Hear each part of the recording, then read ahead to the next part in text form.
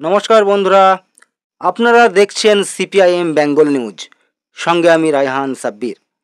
26শে September কলকাতার ধর্মতলায় SFI DYFI এড1 নেতৃত্বে পশ্চিমবাংলার শুভবুদ্ধি সম্পন্ন সচেতন প্রতিবাদী মানুষদের সাথে নিয়ে আরজিকর কাণ্ডে নির্যাতিতা মহিলার দোষীদের শাস্তির দাবি নিয়ে যে ঐতিহাসিক সমাবেশ হলো, সেখানে অনেক নেতৃত্বই বক্তব্য রেখেছেন।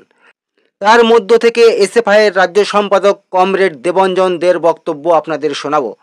তার আগে এখনও পর্যন্ত যারা আমাদের চ্যানেলটিকে সাবস্ক্রাইব করেননি, বামপন্থীদের নিত্য নতুন ভিডিও দেখতে আমাদের চ্যানেলটিকে সাবস্ক্রাইব করে আমাদের সাথে থাকুন।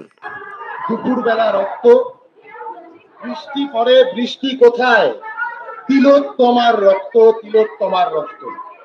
তিলোত্তমার যে রক্তে এই গত 1.5 মাস ধরে এই গোটা রাজ্যের মানুষ যে রক্তকে দেখেছে, যে রক্তের মধ্যে, যে রক্ত স্রোতের মধ্যে এই রাজ্যের মানুষের জনস্রোত মিশে গেছে, আজকে তার বিচারের দাবিতে এই গোটা ধর্মতলার দখল নিয়েছে এই রাজ্যের ছাত্র যুব মহিলারা।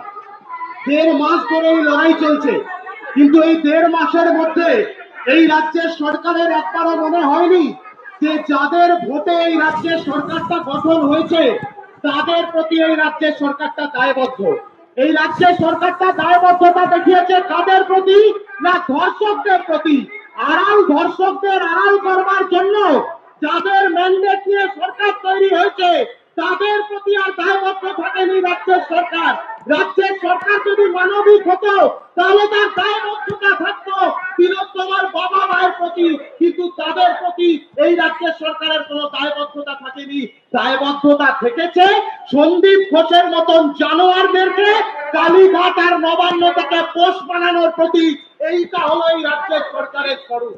Red culture, red syndicate, corruption syndicate আজকের মামলা না, 2011 সালের পর থেকে প্রতিটা ক্যাম্পাসে, সেটা মেডিকেল কলেজ হোক, পলিটেকনিক কলেজ হোক, সরকারি ডিগ্রি কলেজ হোক, বেসরকারি ডিগ্রি কলেজ হোক, অথবা কোনো বিশ্ববিদ্যালয় হোক, প্রতিটা জায়গায় এলাকার ক্রিমিনালদেরকে পুষে রেখে তৃণমূল কংগ্রেস তারা তাদের থ্রেড সিন্ডিকেট আর করাপশন সিন্ডিকেট চালিয়ে গেছে।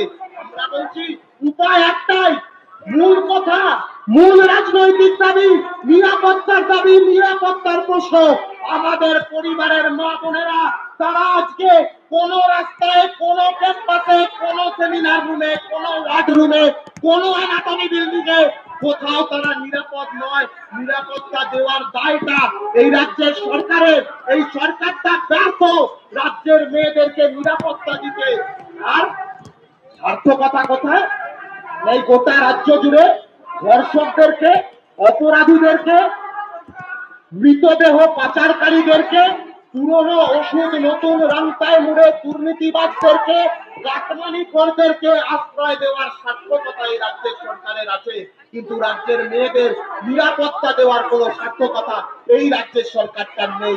আর এই কথাগুলোই যখন রাজ্যের মানুষ সবাই একসাথে একজুট হয়ে এক সুরে যখন কথাগুলো বলছে, গত 1.5 মাস ধরে এই কলকাতা সহ এই গোটা রাজ্যে হেন কোন রাজপথ নেই যে রাজপথে মানুষের জনস্রোত নামেনি। আর মানুষের জনস্রোত যখন রাজপথের দখল নিয়ে আওয়াজ তুলছে যে দাবি এখন একটাই, তিলোত্তমার বিচার চাই, তখন নবান্ন থেকে কালীঘাট হাঁটু কাঁপা শুরু হয়েছে, হাঁটু কাঁপা শুরু হয়েছে। আর ওই হাঁটু কাঁপতে কাঁপতে যারাই প্রতিবাদ করছে তাদেরকে জেলের ভেতর তুলে দেওয়ার বন্দোবস্ত করছে। গণতন্দা, চিরঞ্জিত, রূপসা মন্ডল, এদের প্রত্যেককে জেলের ভেতর তুলেছে। তার কারণ এরা সকলে মিলে রাস্তায় দাঁড়িয়ে এই আওয়াজ তুলেছে যে পুলিশ তোমার কিসের ভয়, ধর্ষক তোমার কে হয়। আমি প্রশ্ন করতে চাই, এই গোটা চত্বরে যতজন পুলিশের আধিকারিকরা, যতজন পুলিশের কর্মীরা উর্দি পরে দাঁড়িয়ে আছেন, জবাব দিন তো, রাতের বেলা যখন বাড়ি ফেরেন উর্দি পরে, তখন যখন আপনার বাড়ির বাচ্চা ছেলেটা, আপনার বাড়ির বাচ্চা মেয়েটা আপনার চোখের দিকে তাকিয়ে বলে যে বাবা তোমার কিসের ভয়, ধর্ষক তোমার কে হয়, তার জবাবটা কি দেবেন? তাহলে কি কালকে থেকে নিজের বাড়ির বাচ্চাটাকেও জেলের ভেতর ভরে দিয়ে রেখে আসবেন?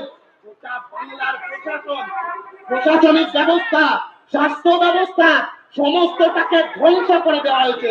গোটা বাংলার ক্যাম্পাসে ক্যাম্পাসে বছরের পর বছর ছাত্র সংসদ নির্বাচনকে বন্ধ করে রেখে গোটা ক্যাম্পাস গুলোকে তৃণমূল নিজে হাতে সমাজ বিরোধীদের হাতে তুলে দিয়েছে।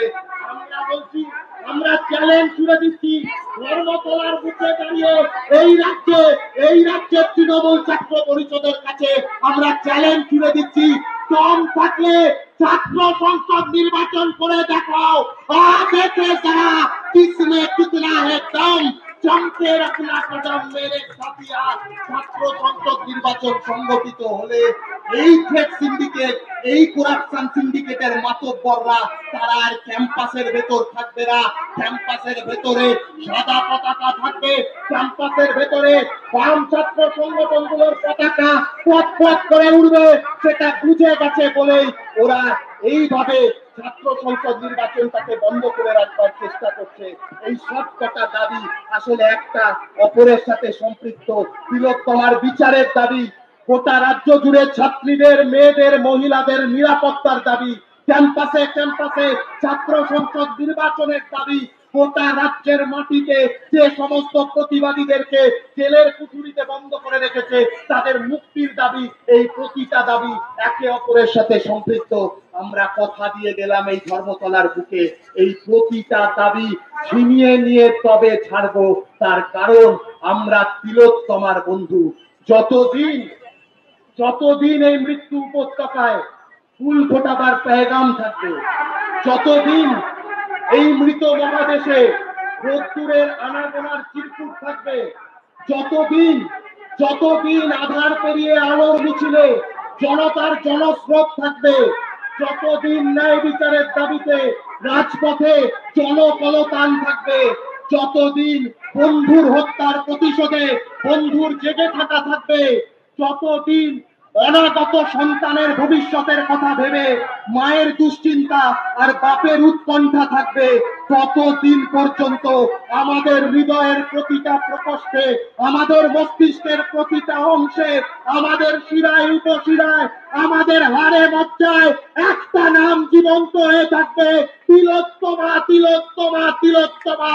এই বাংলার মাটি তিলোত্তমার মাটি, এই বাংলার মাটি প্রীতিলতার মাটি, এই বাংলার মাটি বীণা দাসের মাটি, এই বাংলার মাটি কল্পনা দত্তর মাটি। তাই এই মাটিকে ধর্ষকদের দখলে যেতে দিচ্ছি না, দেব না। এইটুকু প্রত্যয়, এইটুকু ভরসা, এইটুকু আশা নিয়ে আমার কথা শেষ করছি। ইনকিলাব জিন্দাবাদ, বাম ছাত্র যুব মহিলা ঐক্য দীর্ঘজীবী হোক।